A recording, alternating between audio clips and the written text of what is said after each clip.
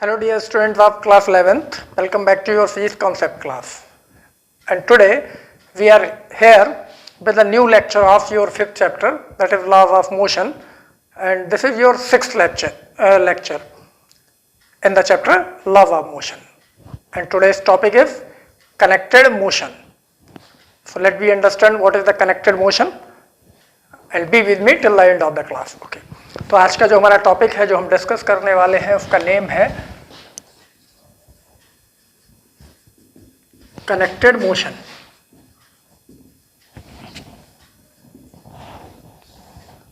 और किसका connected motion? Over a pulley. अब जरा इसको हम अंडरस्टैंड करने की कोशिश करेंगे। Connected motion over a pulley, ये क्या मतलब है?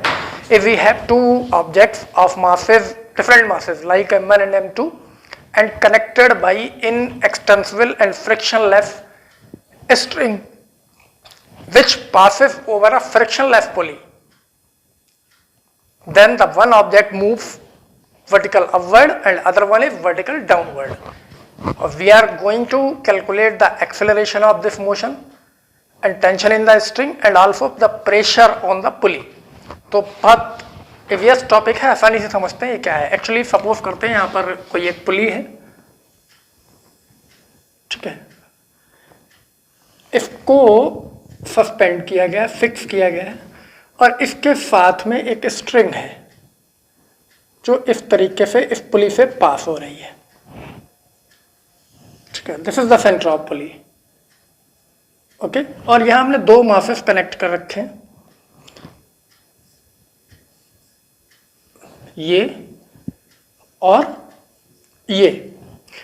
Mass of this object is m1 and this object is m2। तो बहुत इजीली अंडरस्टैंड करना है, कोई जल्दबाजी नहीं है। एक पुली है जिसको हमने फ्रिक्शनलेस सपोज कर रखा है और दो मास हैं, दो ऑब्जेक्ट्स हैं जिनके मास m1 एंड m2 हैं, जो एक इनएक्सटेंसिबल मीन्स जो खींच के जिसकी लंबाई को हम बढ़ा ना सकें, इनएक्सटेंसिबल स्ट्रिंग है जिससे इनको कनेक्ट किया गया है, m1 और m2 को आपस में टाइट किया गया है।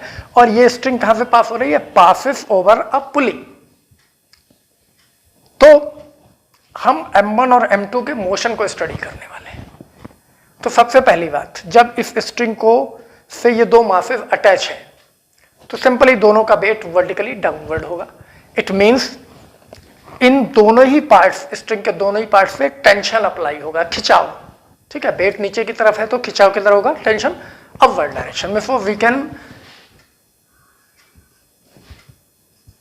Mark the arrow here for the tension in string on both the sides, ठीक है। स्ट्रिंग के इस साइड में इस वाले मास के लिए भी टेंशन होगा और इस वाले मास के लिए भी टेंशन होगा जो toward the suspension point, rigid support जिससे कि ये पुली सपोर्ट की गई उसकी तरफ को स्ट्रिंग में।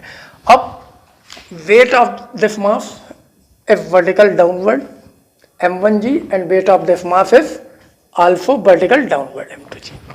अब क्वेश्चन ये है कि ये मोशन कैसे होगा और कौन सा होगा? तो सिंपली है, the effective force on the system जिधर भी होगा उधर ये मोशन हो जाएगा। तो if we consider the m1 is heavier then m2, m1 की वैल्यू ज्यादा और m2 की कम है, लाइक 10 kg है या 5 kg है, तो कौन सा मास नीचे जाएगा और कौन सा मास ऊपर आएगा हम इजीली अंडरस्टैंड कर सकते हैं। मीन्स अगर m1 हैवियर है तो ये नीचे की तरफ मूव करेगा और m2 लाइटर है तो ये ऊपर की तरफ जाएगा। तो जो डायरेक्शन ऑफ मोशन होगा एक्चुअली वो किधर होगा? टुवर्ड्स द ग्रेटर मास। और इसी डायरेक्शन में क्या होगा? इसमें एक एक्सेलरेशन प्रोड्यूस होगा जिसको हम a से रिप्रेजेंट करेंगे। टेंशन मैंने बताई दिया आपको, स्ट्रिंग में होगा और इस पुली के ऊपर एक प्रेशर भी होगा, हम उसको भी कैलकुलेट करेंगे। तो one by one we have to calculate the acceleration in this motion, tension in the string also. So theory is very simple. Let me consider an inextensible string by which two masses m1 and m2 are tied and the string is passes over a frictionless pulley. If the m1 is heavier than m2, then the m1 moves vertically downward while the m2 vertically upward. And there should be an acceleration in this motion and we have to calculate this acceleration. And also there is a tension in the string we also calculate the tension of the string. Okay, so बहुत simple सा concept है, अब आप समझ गए होंगे. फिर से एक बार रिपीट करता हूँ. M1 M2 दो ऑब्जेक्ट हैं जो एक स्ट्रिंग के दोनों फ्री एंड से कनेक्ट किए गए और ये स्ट्रिंग एक पुली के ऊपर से पास हो रही है. अगर हम यहाँ पर ये सपोज करते हैं तो M1 is greater than M2, तो M1 हैवियर है, ये नीचे की तरफ मूव करेगा और M2 लाइटर है, ये ऊपर की तरफ मूव करेगा, तो एक्सेलरेशन का डायरेक्शन भी इधर ही होगा. सो एक्सेलरेशन का डायरेक्शन हम ये शो कर सकते हैं, इस डायरेक्शन. इसको हम कैलकुलेट करने वाले हैं. तो देखते हैं कैसे कैलकुलेट करेंगे. तो सबसे पहले फॉर द मोशन ऑफ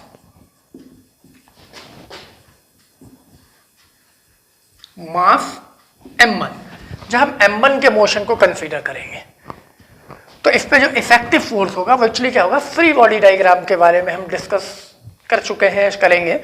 इस बॉडी का अगर हम फ्री बॉडी डायग्राम लें, मीन्स इस बॉडी पे एक्ट करने वाले फोर्सेस की बात करें, तो इस पे इफेक्टिव कितना होगा. अगर हम इसको अलग से सेपरेटली सॉल्व करें, M1 is here, its weight is acting vertically downward, the tension is the string is acting vertically upward, और इसका मोशन किधर हो रहा है, नीचे की तरफ हो रहा है, vertically downward.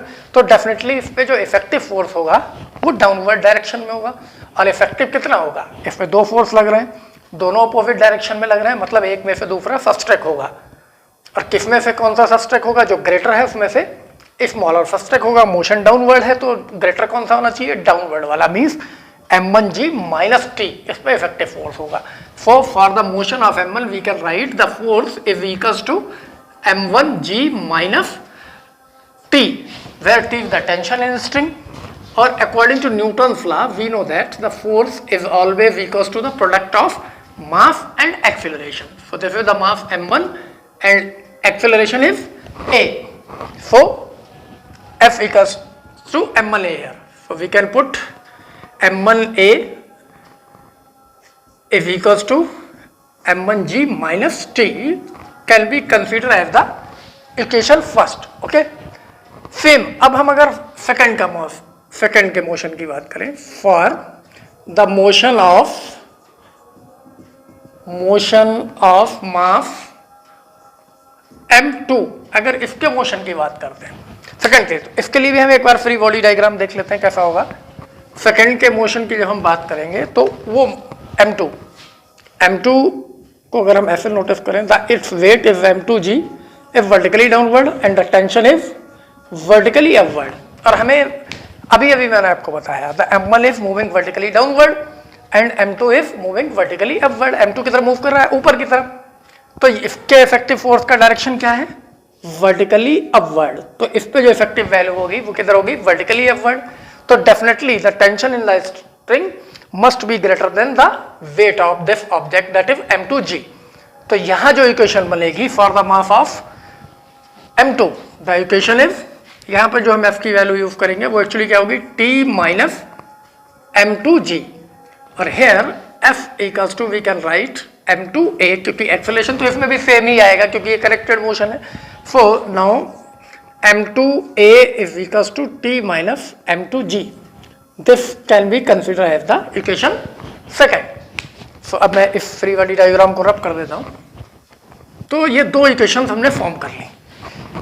So by solving these two equations, first and second, we can calculate the acceleration of the motion. So what we have to do here, adding equation first and equation second. You can easily see here, जब हम इन दोनों equations को add करेंगे तो right hand side में देखिए, जब add करेंगे तो this is minus T and this is plus T. So T is cancel out here.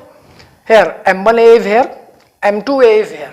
So in both the terms, left hand side of the first and second equation, A is common now. जब हम इनको add करेंगे M1A plus M2A, तो A is common and inside the bracket we have M1 plus M2. For the right side, in the process of addition, minus T and plus T is cancel out. The term M1G minus M2G remain here. So again we can write M1 minus M2, G is common in both the terms. So easily we have the formula of acceleration. This is M1 minus M2 upon M1 plus M2 G. This is the formula of acceleration in the connected motion. Okay, अब ये तो हम solve कर रहे हैं, किसके लिए solve किया आपने? टेंशन के लिए सॉल्व किया है, सिंपल सा है।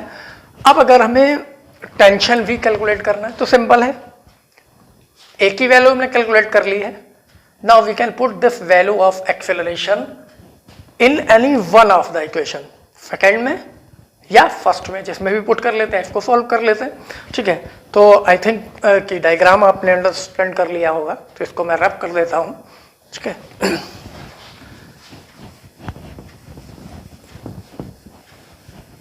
Now by using equation first का यूज करें, means simply we can write the putting the value of A in the equation first. देखते हैं क्या मिलेगा। m1, ए की वैल्यू यहां पे अगर हम प्लेस करते हैं तो ये होगी m1 minus m2 g upon m1 plus m2 equals to m1 g minus t। अब हमें सॉल्व टेंशन के लिए करना है, तो टेंशन को हम लेफ्ट साइड में ले आते हैं, बाकी सारा पोर्शन राइट साइड में ले जाते हैं। सो t इज टेकन हेयर, और ये देखिए जब ये पूरा पोर्शन उधर जाएगा तो ये नेगेटिव होगा, और m1g इस टर्म में भी है और m1g यहाँ भी है। So we can common this term m1g, and now we have 1 minus m1 minus m2 divided by m1 plus m2। अब इसको हम सॉल्व कर लेते हैं, तो very easily m1g, this is m1 plus m2 by taking the LCM. Now this is m1, by opening this bracket we can change the sign, m2 divided by m1 plus m2. So clearly we can see here the m1 is positive here and m1 is negative here, so it is cancel out, and m2 plus m2, this is 2m2.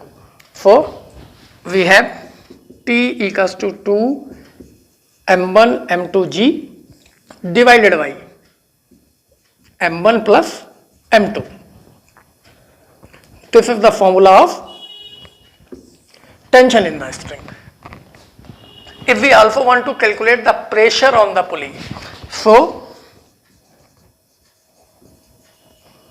pressure